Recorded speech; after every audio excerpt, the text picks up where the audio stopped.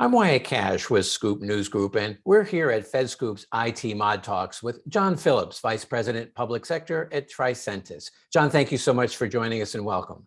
Oh, thanks for having me, Wyatt. So let me start by kind of framing things up here. We're a little bit more than a year into the Biden administration. Where have you seen some of the greatest progress in IT modernization thus far? Well, I think it's been moving along nicely over the last 3 years, but over the last year, I've really seen a shift with zero trust really starting to take off. Agile development also progressing, and then really cross-agency collaboration is what I'm seeing. So it's nice to see that progress continue to ramp up across the agencies.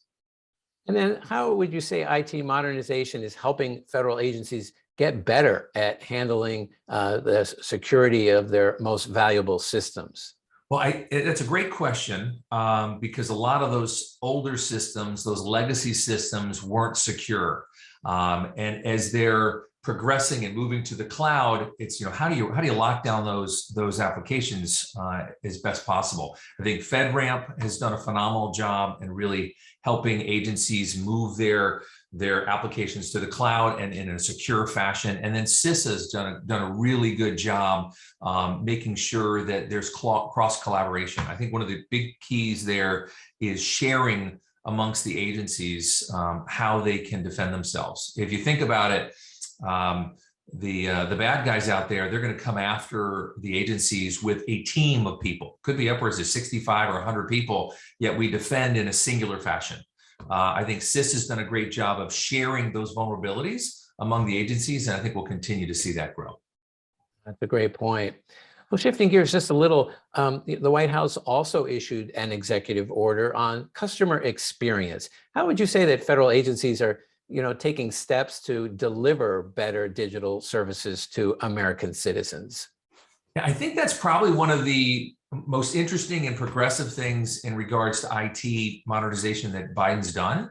It's because it's a shift from, it's really the government is, by the people, for the people, but we really weren't delivering that in the past. I think we've slowly gotten away from that. So I've really seen it move from a, say, project-based solutions to really more program-based. How are we delivering that service to our customers? And that's really critical. And if you think about all the services that are delivered, whether it be Medicaid, whether it be IRS, TSA from coming to the country, we need to be more focused on the citizen and how to have that customer experience.